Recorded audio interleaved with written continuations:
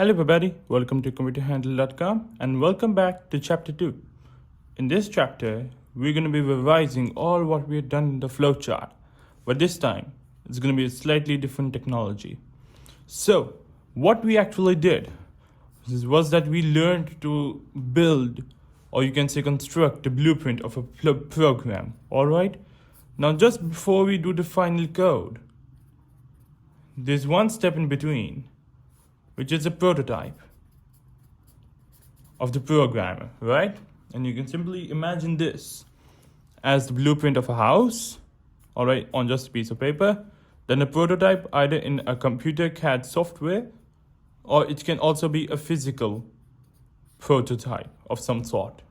And then of course, you'll have the actual house in front of a big tree and some road. Right, so what we had done in terms of programming till yet, we had completed with the blueprint part in which we covered flowcharts. And now we're going to use the same technology of flowcharts to study and to try and implement on what we can call a prototype of a program, or what we call in our terms is pseudocode. The entire chapter is affiliated with this word.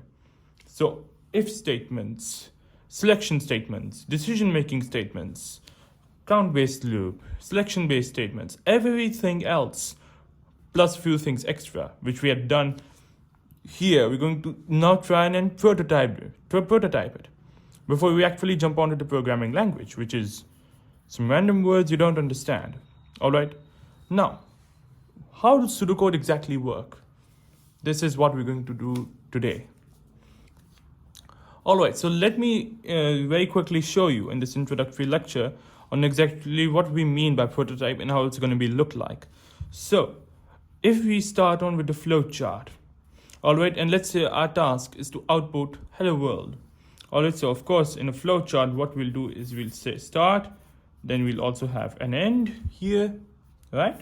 And then of course we'll have, like what we studied earlier, a parallelogram which will state output hello world. And we also studied in data types that it's a string series of characters, which is why we're going to have double quotations on either side, on both sides actually. And this is our flowchart for the program. Now, of course, many high-level programming languages, I'll just like programming languages PL, they have quite advanced recently. And they're very identical to pseudocode, but assuming that we are using a programming language not identical to pseudocode, we'll use an example of C++.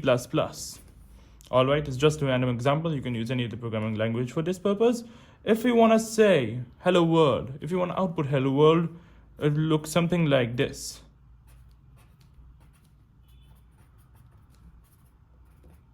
And now you would say, hey, C-O-U-T, South. Well, actually, we call it C out, but C out. What does it really mean?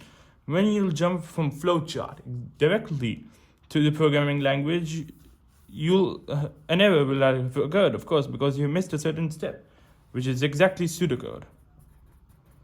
All right, and what pseudocode is, that it uses English structured words in the structure of a programming language. So rather than having to create a flowchart, we'll simply say output hello world in a single line, but the word output is only used in the flowchart. So the common word for outputting, which we're going to be using for pseudocode, is print. All in caps, and then we can say hello world. I'm just writing for short. All right, so we can't directly jump to the programming language, but the way for us to go is to first understand pseudocode. Flowchart, pseudocode, and then the programming language. So we've done with flowchart. Now we're going to spend many of our lectures, in fact, almost all of our lectures here on the pseudocode part, and this also includes some other diagrammatic designs of some sort, which we're going to, of course, discuss in some later chapters. And then, after following the pseudocode structure, we're going to use the same pseudocode structure to then learn a programming language syntax. And the advantage of this path route is that you can simply learn any of the programming languages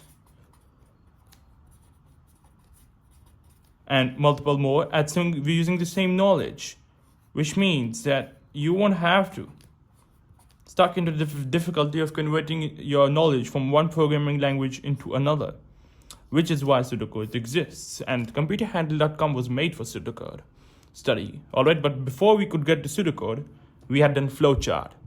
All right, and that is what we did in the first chapter. So in the second chapter, we're going to use the same knowledge of flowchart, but we're going to structure it in pseudocode.